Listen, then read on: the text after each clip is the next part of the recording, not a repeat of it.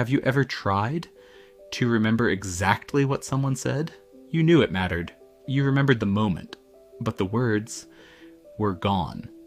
Strangely, the feeling wasn't.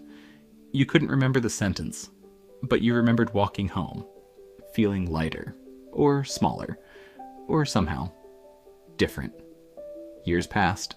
You forgot their clothes, their hairstyle, maybe even their voice, but somehow your heart still remembered how they made you feel.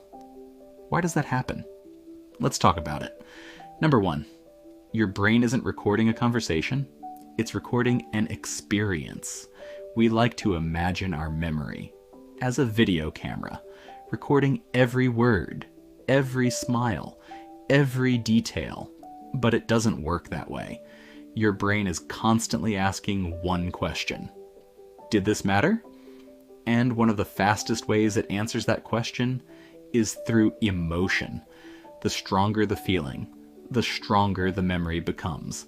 Sometimes your emotions are the highlighter, and everything else becomes background. Number two, feelings become shortcuts. Imagine meeting someone only twice. Years later, you barely remember the conversations, but the moment you hear their name, you immediately think, they made me feel safe. Or, I always felt nervous around them. Our brains love shortcuts. Instead of remembering hundreds of tiny moments, they often compress them into one feeling. It's faster, simpler, and surprisingly powerful. Number three, a single moment can quietly rewrite an entire memory. Think about an old teacher. Maybe you can't remember most of the lessons, but perhaps one afternoon they believed in you when nobody else did. Or maybe they embarrassed you without even realizing it. The event may have lasted only a few seconds, but the feeling kept echoing for years. Sometimes our lives don't change because of long conversations. They change because of one unforgettable moment. Number four, we rarely remember people the way they remember themselves. Someone might spend years worrying about saying the wrong thing, about not being funny enough, not interesting enough.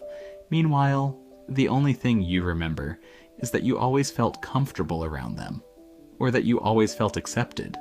The strange part is, people often judge themselves by their words, but they're remembered by the feelings they leave behind. Number five, that's why kindness lasts longer than perfect words. Most of us will forget countless conversations, but we rarely forget the people who made us feel understood, not because they always knew the right thing to say, but because, for a little while, we didn't have to pretend to be anyone else. Maybe that's what kindness really is.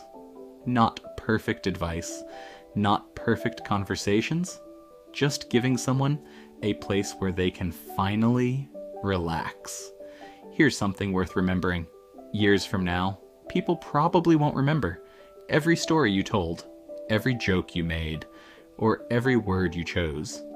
But they may remember that they felt calmer after talking to you, that they laughed a little more, that they felt less alone. And perhaps that's what we're really leaving behind. Not sentences, not conversations, but feelings.